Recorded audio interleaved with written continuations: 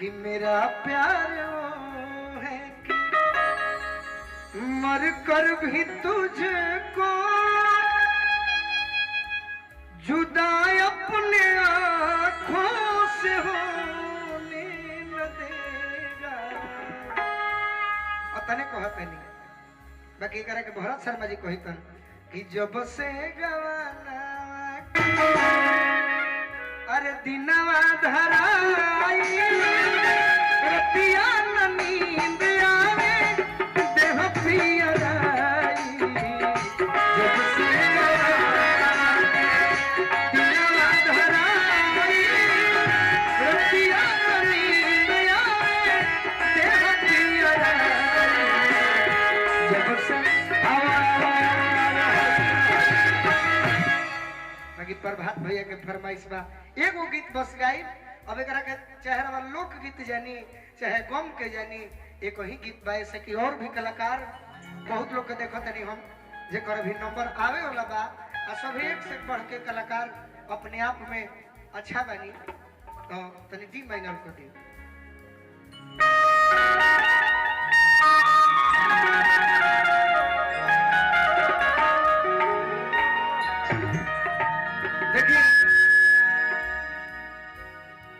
Photo खींचा ले city मार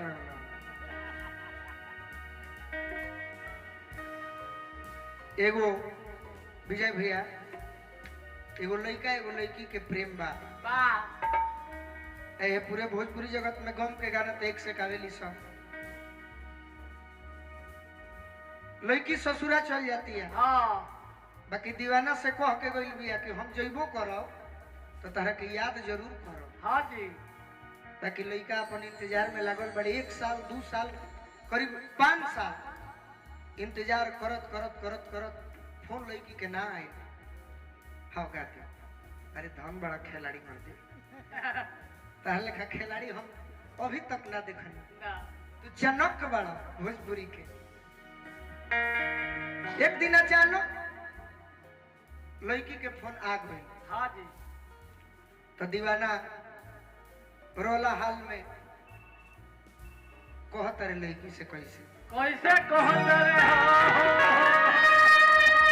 रे गीत के धुन के आ गीत के शब्द पर ध्यान दे आ एक में अश्लील ना मिली आ मजा भी आ जाए। लड़का कहत रे हो उससे पहले हम अगर कोनो लड़की धोखा दिली सब तो हम कहिला कि प्यार दुए किस्म के होला अगर ऐसा मरद प्रेम करी जहिया गदारी करबू मारब गोली वही दिन छितरा जी। हां जी हम मौगा प्रेम हो गुड़ा धरे ले सम प्रकाश होइया छाल नहीं है सब तो कह सकी जा तारू तो एक चूता दहिया पर थूक दो कि बसाई तो याद प्रभु ए दादा। बाकी प्रेम देखी कोई संबा love is God God is love. प्रेम ही भगवान है भगवान ही प्रेम है और कुछ नहीं है। दीवाना कहता हो कि जाई के ससुरवा जन हो भुलाई गइलू।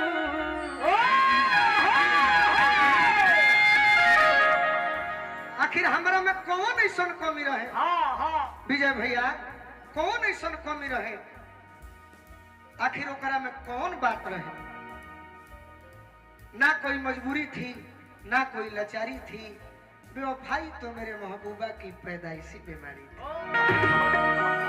बाकी जब जात रहे तो हम एगो खराबे बात करके बोले रहनी का अरे खइले बानी मान ली कि यह लड़की ही एकरा के कहतनी कि खइले बानी भूखाई लड़की तोहरे भरोसे ए जाई लड़की कहे गोरू राजा के देख के मुंह घुमावतारू हमहु तारू देखे खाती खाई लई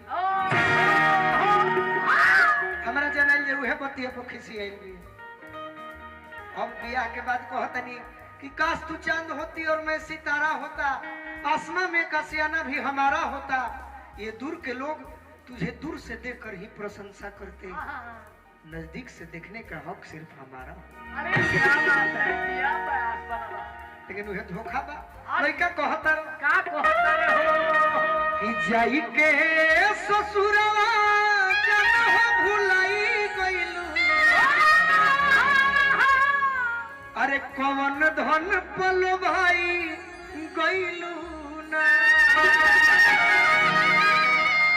चंदी हो तो पियाव के पाके अपना यारवा के जियते मुआई गइलु ना पियाव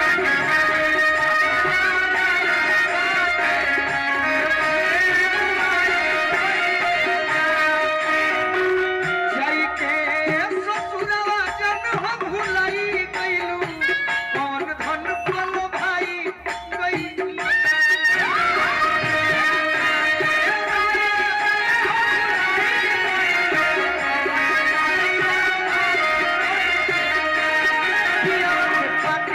अपना यारवा के जियते मुआई गइलु ना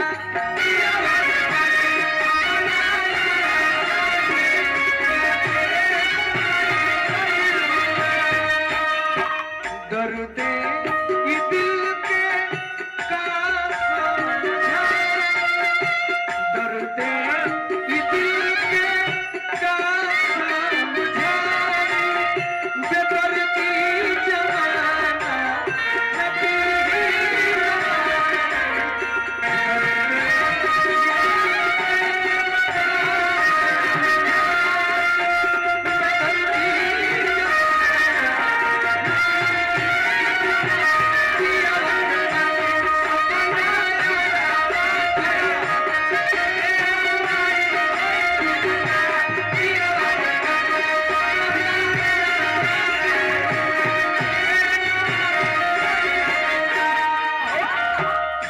दीवाना देखी विजय भैया पहिला अंतरा में हमारा प्रभात भैया की ओर से बहुत बहुत आशीर्वाद मिला और कोई ऐसा शख्स है जो लास्ट गीत पर कुछ दे देंगे तो अच्छा हो जाएगा है ना सब नौजवान भाई लोग बड़ा हंसता हाँ ओम प्रकाश भैया चलो भाई अब जब तना देवे कब गोलू कहीं पे दे दो ये अच्छा था धन्यवाद देखिए लड़का को हतारन बाबा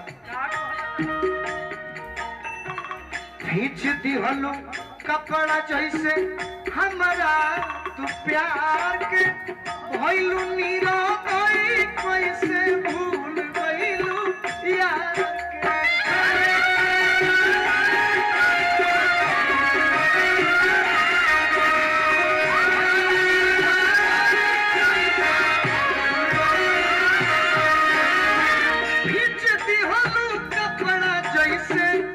हमारा तू प्यार के भइलू नीरो कोई कैसे भूल गइलू यार के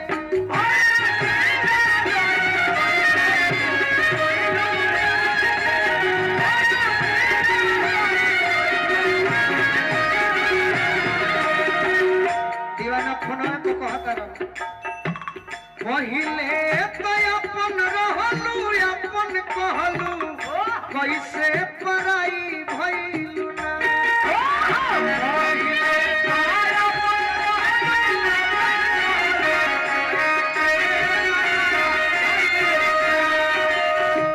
पहिले तो अपन रहलू अपन कहलू कैसे पराया भइलू ना पियावा के पाके अपन पियावा के जियते मुआई गइलू ना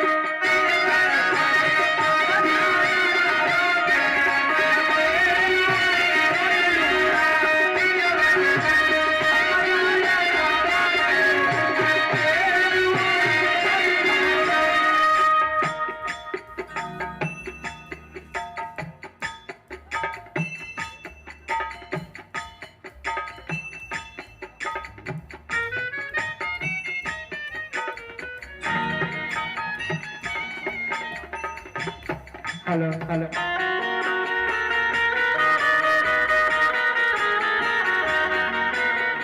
अभी अभी हमारे ओम प्रकाश भैया की ओर से हमरा के भी पुरस्कार देनी, हमारे मनोज भैया के भी पुरस्कार देनी।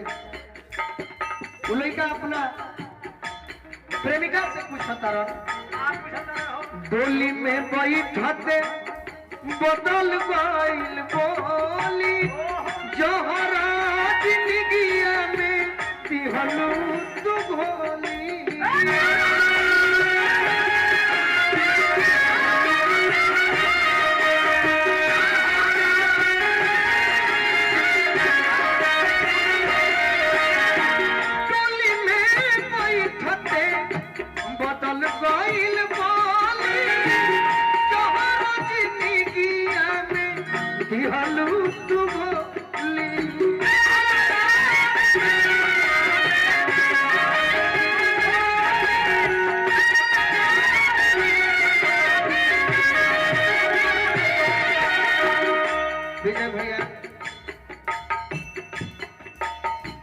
लड़का कहता है इस शब्द देखी तो कैसन बा, एकदम देहाती।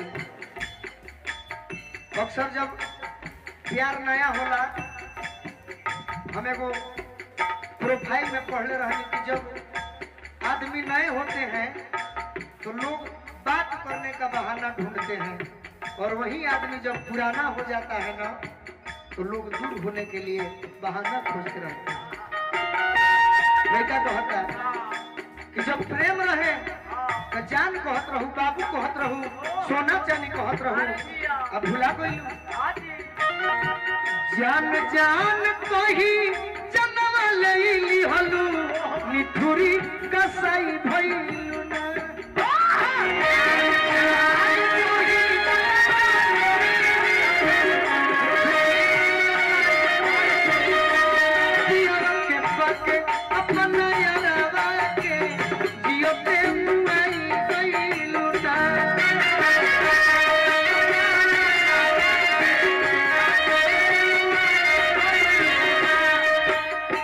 लास्ट लाइन में बात कवना गलतिया कति हलू तू साजा, अभिले न जनले पूछले अकल बोलू।